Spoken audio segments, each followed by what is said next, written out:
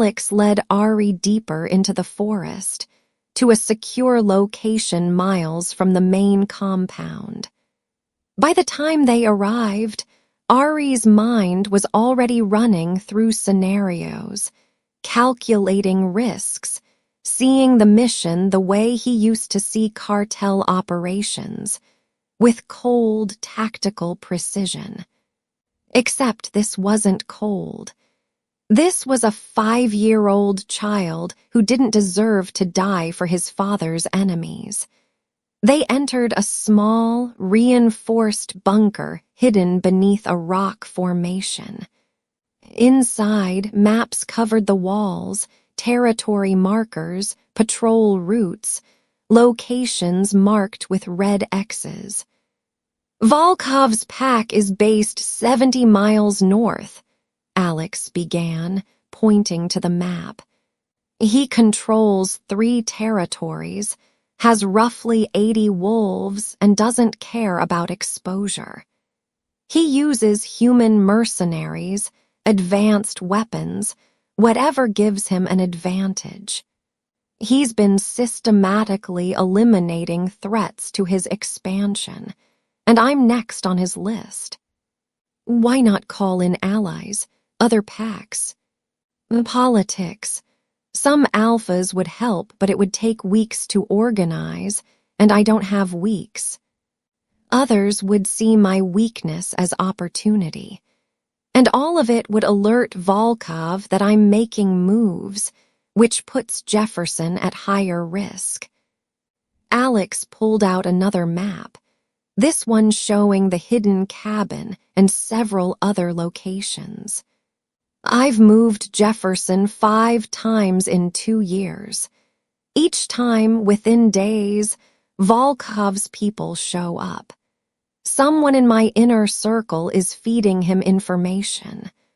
I've narrowed it down to maybe 15 possibilities, but I can't eliminate them without proof, and I can't trust any of them with Jefferson's safety.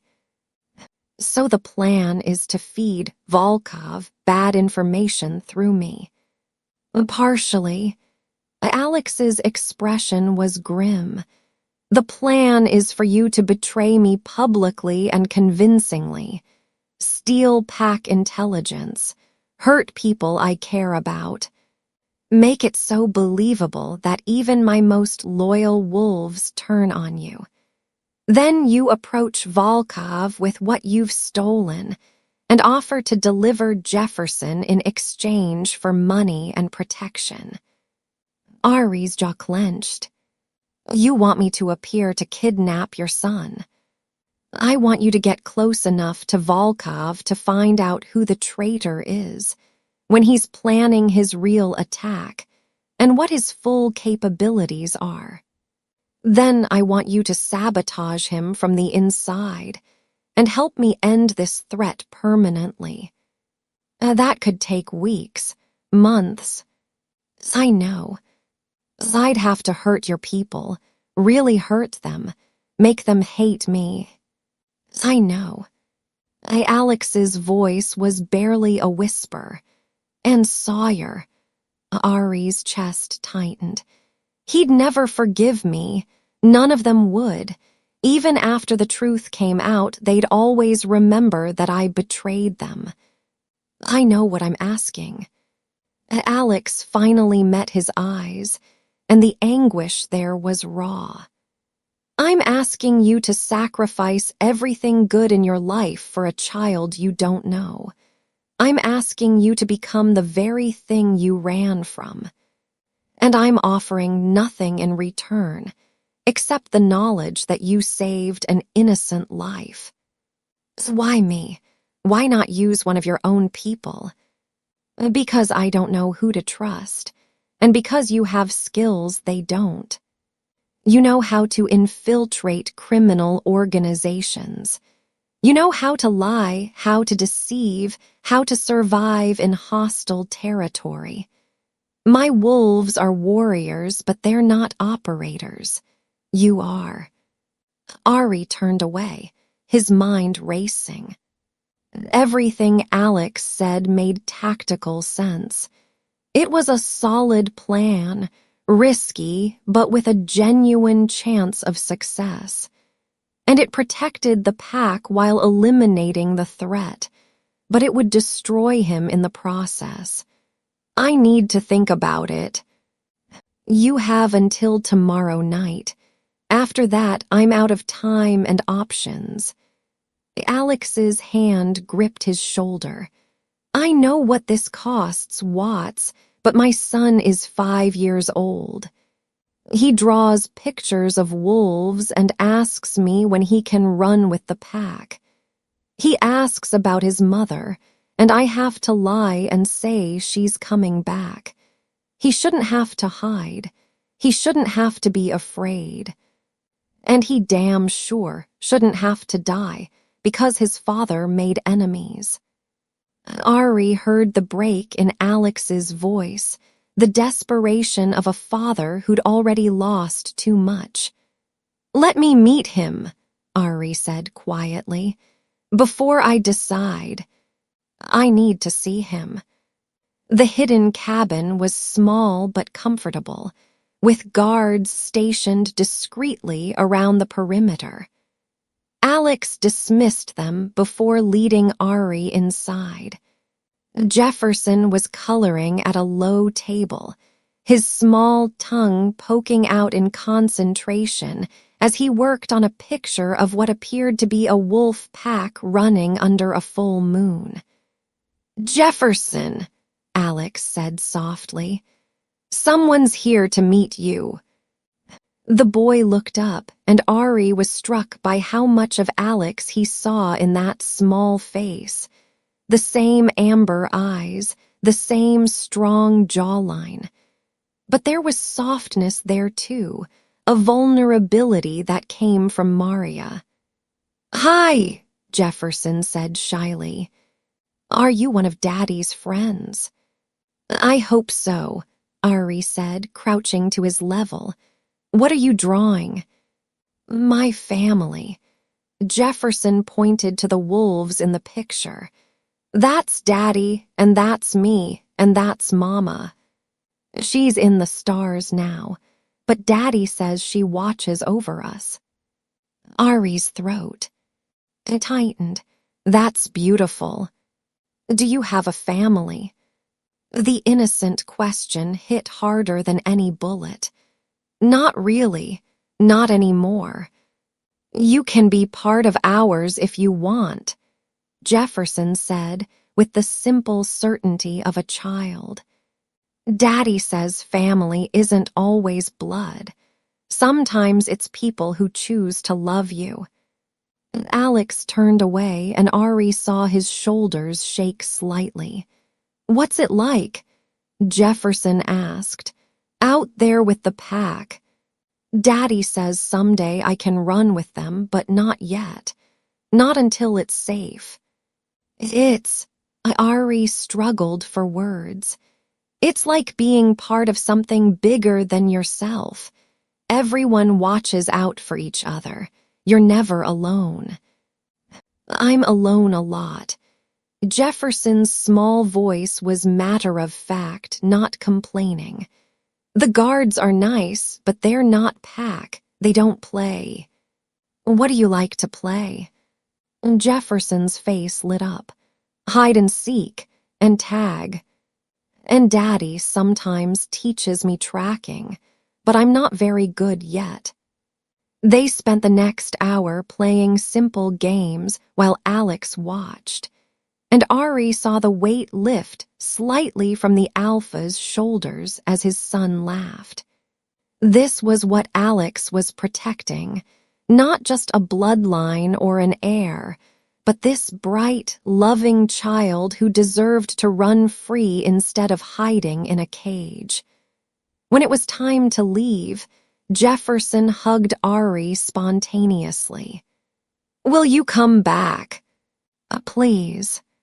Maybe, Ari said, his chest aching. Promise. Ari looked at Alex, then back at Jefferson's hopeful face. I promise. Outside, As they walked back through the forest, Alex spoke quietly. He doesn't remember Maria well anymore. Sometimes he asks when she's coming home, and I have to remind him she's gone. Other times he forgets she's dead and talks about her in the present tense. I don't correct him anymore. Let him have those moments of forgetting. He's a good kid. He's everything. Alex stopped, turning to face Ari. I've done terrible things to protect him. I've lied to my pack, diverted resources, made choices that would get me challenged if they knew. I don't care. I'd burn the world down to keep him safe. But I can't do this alone anymore. I need help. I need your help. Ari thought of Jefferson's small arms around his neck, his innocent question about family. Thought about his own childhood, the foster homes, the loneliness, the feeling of being disposable. No child should feel that way. If I do this, Ari said slowly, I need your word that when it's over, if I survive, you'll tell them the truth. All of it. I won't live the rest of my life as a traitor in their eyes. I swear it. And if something goes wrong, if I'm captured or killed, you make sure Sawyer knows why I did it. Alex's jaw tightened. You have my word. Then I'm in. Ari met his eyes. But we do this my way. I plan the betrayal, I control the infiltration, and you follow my lead on timing. Agreed. Agreed. How long do I have before we start? I need you to move within the week. Volkov's people have been probing our defenses. My intelligence says he's planning something major soon. A week. Ari had 1 week with Sawyer, with this life he'd built, before he destroyed it all. Then I need to make it count. Ari spent the next 5 days memorizing every detail of his new life. The way Sawyer's eyes crinkled when he smiled, the sound of the pack laughing around the fire, the taste of freedom he'd never had before. He didn't tell Sawyer about the meeting with Alex. Didn't tell him about Jefferson or the mission or the countdown ticking in his head. Instead, he soaked up every moment like a man preparing for execution. You're quiet tonight, Sawyer observed on the 3rd night as they lay tangled together in his bed. Something on your mind. Just thinking about how different my life is now. A good different or bad different. Terrifying different. Ari traced patterns on Sawyer's chest. I'm not used to having things worth losing. Sawyer caught his hand, pressing a kiss to his palm. You're not going to lose this.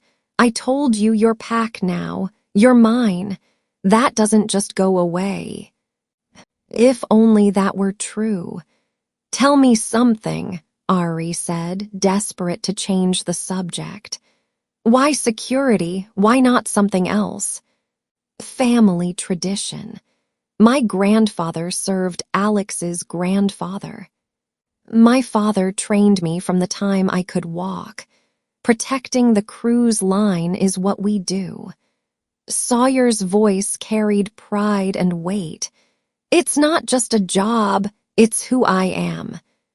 And if you had to choose between your duty and something you loved, that's not a choice I'd ever have to make. Sawyer rolled to face him, eyes serious. My duty is protecting what I love. The pack, the alpha, the people who matter. There's no separation. Ari's heart twisted. In a few days, Sawyer would have to choose between his duty to protect Alex's son and his love for Ari. And Ari already knew which one Sawyer would pick, as he should. "What about you?" Sawyer asked. "If you had to choose between saving yourself and saving someone you cared about, what would you do?" The question was so painfully ironic that Ari almost laughed. "I guess I'd have to figure out which one I could live with losing." That's a sad way to look at it. It's a realistic way. Ari kissed him softly. "Not everyone gets a happy ending, Sawyer. Some of us just try to make sure the people we care about do." "You're talking like you're planning to leave." "I'm talking like someone who knows good things don't last forever." Sawyer pulled him closer, fierce and protective. "Then we make them last as long as we can. Stop borrowing trouble from tomorrow and stay here with me tonight." So Ari did. He stayed in Sawyer's arms, memorizing the rhythm of his breathing, the warmth of his skin, the safe harbor of his embrace. And he tried not to think about how soon he'd be the enemy. The next morning, Sawyer had early patrol, kissing Ari goodbye in the pre-dawn darkness. "I love you," he said at the door. "I know we haven't said it much, but I do. You're it for me, Watts." Ari wanted to say it back. Wanted to tell Sawyer that for the first time in his life, he understood what love felt like. But the words stuck in his throat because saying them would make what came next even harder. "I know," he managed. "I know." Sawyer left, and Ari sat in the empty cabin, his heart breaking before the betrayal had even begun. On the 5th day, Alex summoned him to the secure location again. "Tomorrow," Alex said without preamble. "We start tomorrow." Ari nodded, his stomach churning. "Here's what needs to happen." Alex spread out documents on the table. "Tonight, you'll accidentally discover evidence of Jefferson's location. I'll leave patrol schedules and supply manifests where you can find them. Tomorrow morning, you confront me publicly about the secret. We argue.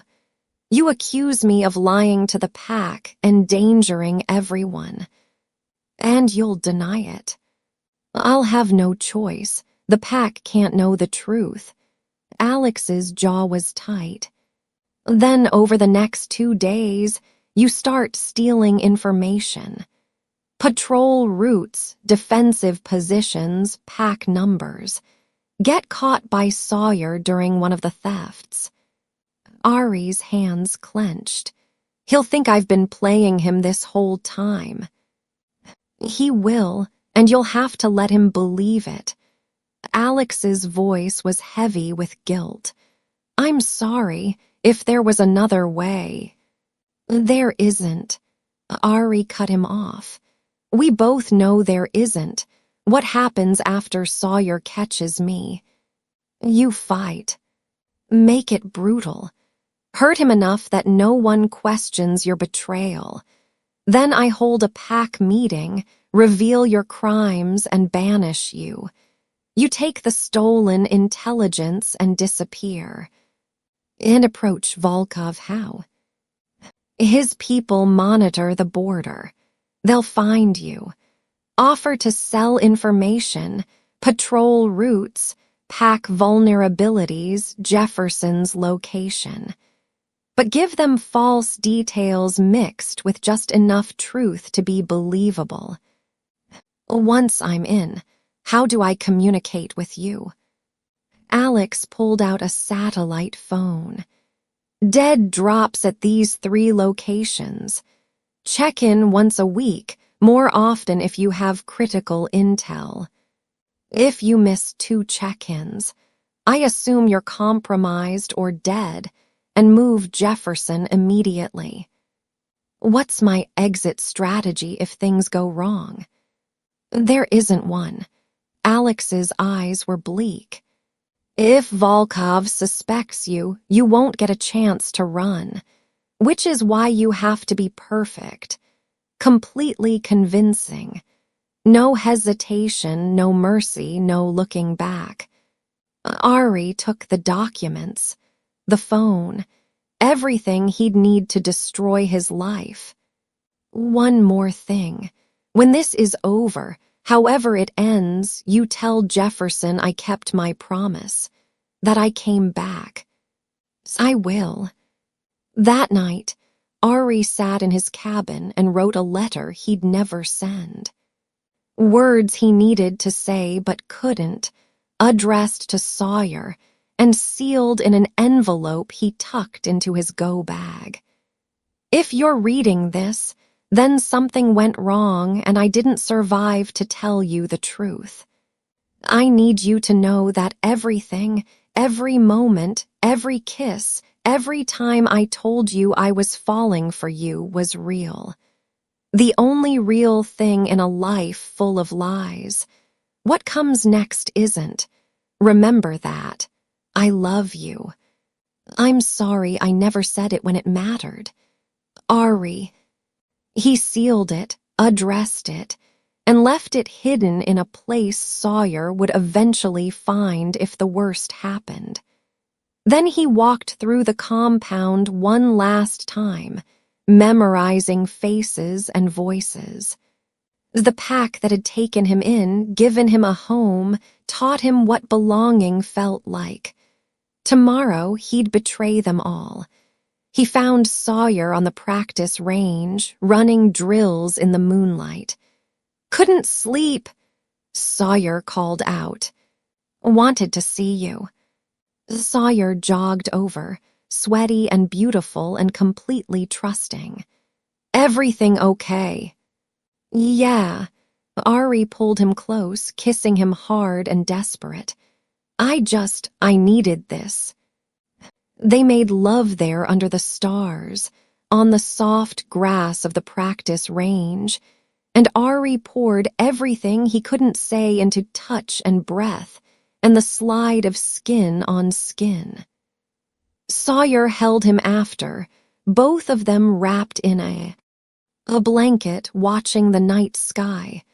Promise me something, Ari said quietly. Anything. No matter what happens, remember tonight. Remember this was real. Sawyer pulled back to look at him, confused. Ari, what's going on? You're scaring me. Nothing. I've never been this happy. I wanted to make sure you knew. I know. Sawyer kissed his temple. And you're going to be this happy for a long time. I'm not letting you go, Watts. You're stuck with me. Ari closed his eyes, committing this moment to memory. The last time Sawyer would look at him with love instead of hatred. I'm counting on it, he whispered. They stayed until dawn, neither willing to let go. And when the sun finally rose over the mountains, painting the world in gold and promise, Ari felt the weight of what was coming settle over him like a shroud. It was time. Ari waited until mid-morning, when the pack was busy with daily routines. He made his way to the main lodge, to Alex's office where the Alpha had carelessly left sensitive documents on his desk. He picked the lock, a skill from his cartel days, and slipped inside. The patrol schedules were there, marked with supply deliveries to an undisclosed location. Medical records for a child. Photographs of a small cabin he'd never seen on any pack maps. Jefferson, Ari memorized it all, then deliberately made noise as he photographed the documents with his phone. Heavy footsteps approached Alex, right on schedule. The Alpha burst through the door, eyes blazing. "What the hell are you doing in here?" "Finding out what you've been hiding." Ari held up the photos. "You have a son, a secret heir, and you've been lying to everyone about it." Alex's face went cold. "You have no idea what you're looking at." "I know exactly what I'm looking at. A hidden child, protected location, fake supply runs. You've been diverting pack resources to hide him." Ari's voice rose, making sure anyone nearby could hear. "Does the pack know? Does Sawyer?" This is none of your business." "It's everyone's business when our Alpha is lying." Ari moved toward the door. "They deserve to know." Alex's hand shot out, slamming the door closed. "You breathe a word of this, and I'll kill you myself." "Why? What are you so afraid of?" Ari pushed, playing his part. "Or is this about something else?" "It's about keeping power. It's about keeping my son alive." Alex's roar was genuine anguish. "He's being hunted. Every day, every moment, someone wants him dead. So yes, I've lied. Yes, I've hidden him. Because I've already buried his mother, and I will not bury my child."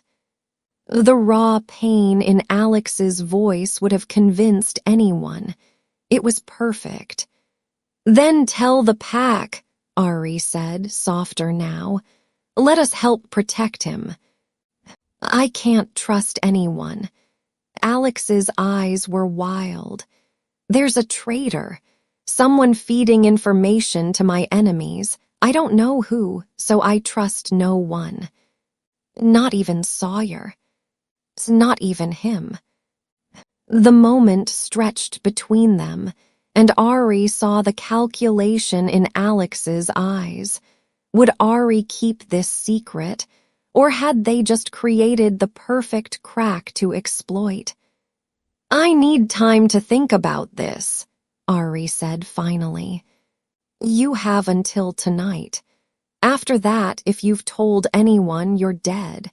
Understand?" Ari left the office with the photos still on his phone, his heart hammering. Phase 1 complete. Now he just had to wait for word to spread, and it would. Alex would make sure of it, carefully leaking that the outsider had discovered something he shouldn't have. By evening, the tension in the compound was palpable. Pack members whispered in corners. Sawyer found him at dinner, pulling him aside. "What happened with the Alpha today? I heard you two fighting." "It's nothing." "Ari." Sawyer's grip on his arm was firm. "Talk to me. What's going on?" "I can't." Ari pulled away. "Just trust me, please." "You're asking me to trust you while you're clearly keeping secrets." "I'm asking you to give me time to figure this out." Sawyer's eyes narrowed. "Figure what out?" But Ari couldn't answer, couldn't explain, could only walk away, leaving Sawyer frustrated and suspicious. The trap was set.